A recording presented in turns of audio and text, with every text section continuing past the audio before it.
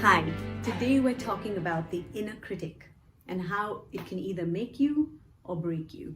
Okay, so the inner critic was something that I suffocated under for a very long time.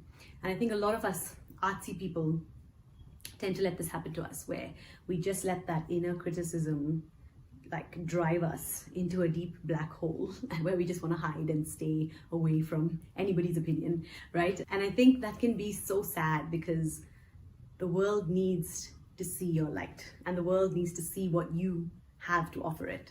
And if you let your inner critic overwhelm you, that won't happen. One thing I found as I've been on this journey is I've started to see my inner critic as a positive thing. Now, that's not been an easy journey, but I wanted to just give you guys a glimpse of it, because what happened right through before I got any help with my singing was I used to just say things that wouldn't help me, things that wouldn't propel me forward. Things like, that sucked, you're useless, no one's ever gonna wanna listen to you. Why would you do that in front of someone? Why put yourself through this? All those kind of thoughts that did not give me any alternative or didn't give me any other option. You're doing it like this, why don't you do it like this? And sometimes when you're so stuck in your own mind and you just think you're useless and horrible, that's when you need someone else's opinion. And luckily I've surrounded myself with such supportive people. And so they have really helped me and nurtured me and helped me come out of that place. And sometimes you really need that outside voice to give you that other option.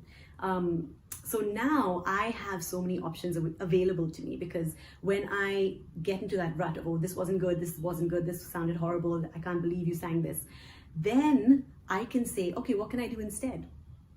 And suddenly, instead of going on a downward spiral, I'm on an upward spiral, because I have all these different options available to me. And okay, I didn't really like the sound of that. Maybe I can do it like this. Maybe I can do it like that. But those options were made available to me because I acquired the knowledge to be able to do so, right? So this is applicable in anything, not just singing.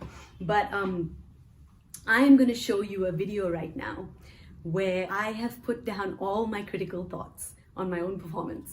And it was quite a crazy experience. I just went completely into my critical zone, and I had something to say for every single line I sang, which is insane. So if I lived in that space, I probably wouldn't be making this video right now. I'd probably be like hiding in a black hole somewhere, right?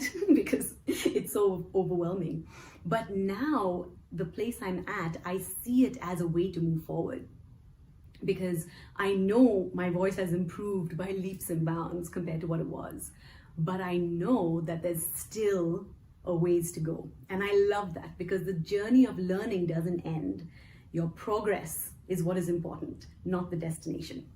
Okay, so watch this video. Number one, don't feel sorry for me while you watch this, because this is really my critical brain turned on full. But in a week or so, I'm going to show you the other side of the spectrum, and then you'll be like, oh my God, Tanya's so full of herself. So don't worry about it. That side is coming too. I will balance out the scales. Watch this and see how my inner critic could have overwhelmed me, and I wouldn't have even put out this video, which honestly, it's the best I've sung till date. And it could have just spiraled me into a black hole and never made me want to sing again, which I think would be a shame. So here we go.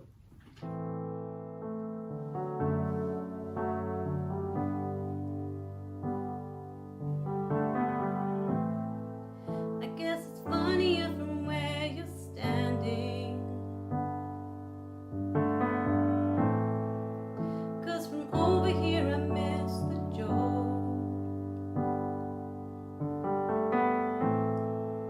Clear the way for my crash landing. I've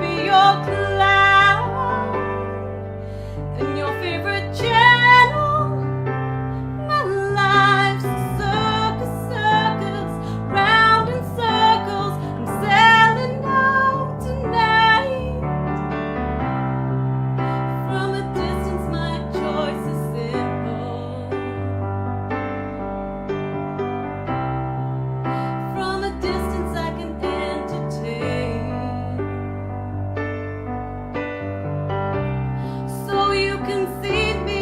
I put makeup on my face, but there's no way you can feel it from so far away. I'll be your cloud.